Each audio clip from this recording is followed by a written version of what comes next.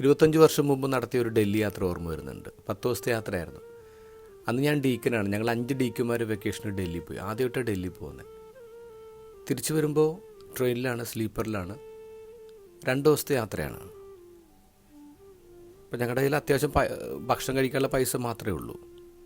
ഞങ്ങൾ പെട്ടെന്ന് തന്നെ അവിടെ ബോഗിയിലുള്ള എല്ലാവരുമായിട്ട് കമ്പനിയായി. പക്ഷേ ഞങ്ങൾ സെമിനാരിക്കാരാണെന്ന് അറിയാതെയൊക്കെ പ്രത്യേകം ശ്രദ്ധിച്ചായിരുന്നു. ഞങ്ങൾ പാട്ടും തമാശയൊക്കെ ആയിട്ട് ഫുൾ ടൈം ഇങ്ങനെ ആഘോഷമാണ്.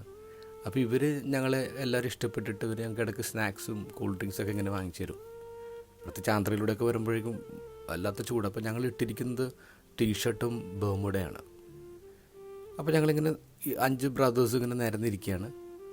അപ്പോൾ അതിലൊരു പയ്യൻ ഞങ്ങളോട് ചോദിച്ചു, നിങ്ങളുടെ കാലിലെന്താ ഇങ്ങനെ തഴമ്പെന്ന് ചോദിച്ചു.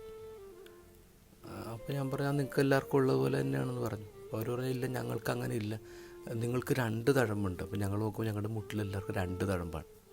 ഞങ്ങൾ ആദ്യമായിട്ടാണ് നോട്ടീസ് ചെയ്യുന്നത്. പിന്നെയാണ് ഞങ്ങൾക്ക് മനസ്സിലായത്, കഴിഞ്ഞ 10-12 വർഷമായിട്ട് ഞങ്ങൾ നീലറിലാണ് മുട്ടുകുത്തുന്നത്. 12 വർഷത്തെ ഞങ്ങളുടെ പ്രാർത്ഥന എൻ്റെ തഴമ്പാണ് ആ കാണുന്നത്. ഞങ്ങൾ പതുക്കെ ആ ടോപ്പിക്ക് സ്കിപ്പ് ചെയ്ത് കളഞ്ഞു. തൃശ്ശൂർ എത്തിയപ്പോഴേക്കും ഞങ്ങളോട് വളരെ ക്ലോസ് ആയിട്ടുള്ളൊരു ഫാമിലി അവിടെ ഇറങ്ങിയാണ്. അപ്പോൾ ഞങ്ങൾ അവിടെ ലഗേജൊക്കെ എടുത്ത് വെച്ച് സഹായിച്ചു. ട്രെയിനിങ്ങിന് പുറപ്പെടുമ്പോഴേക്കും കുടുംബനാഥൻ ഞങ്ങളോട് ചോദിച്ചു, അപ്പോൾ ബ്രദേഴ്സ് ഏത് സെമിനാറിലാണ് പഠിക്കുന്നത്? ഞങ്ങൾ വാ വിളിച്ചു പോയി. അവർക്ക് എങ്ങനെ മനസ്സിലായി? അത് ആദ്യമേ ഞങ്ങൾക്ക് മനസ്സിലായി. അന്നാണ് ഞങ്ങൾ 5 പേർക്കൊരു കാര്യം മനസ്സിലായത്. ഞങ്ങൾ തിരിച്ചറിയാത്ത, പക്ഷെ മറ്റുള്ളവർ ഞങ്ങൾ തിരിച്ചറിയുന്ന എന്തോ ഞങ്ങളിങ്ങനെ ക്യാരി ചെയ്യുന്നുണ്ട്. അതാണ് ഇന്നത്തെ ഗോസ്പൽ പറയുന്നത്.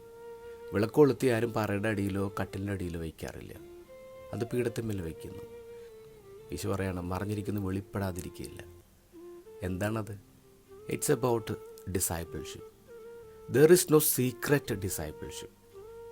ഒന്നില്ലെങ്കിൽ നമ്മുടെ സീക്രറ്റ് നമ്മുടെ ഡിസൈപ്പിൾഷിപ്പിനെ ഇല്ലാതാക്കും, അല്ലെങ്കിൽ ഡിസൈപ്പിൾഷിപ്പ് നമ്മുടെ സീക്രറ്റിനെ ഇല്ലാതാക്കും.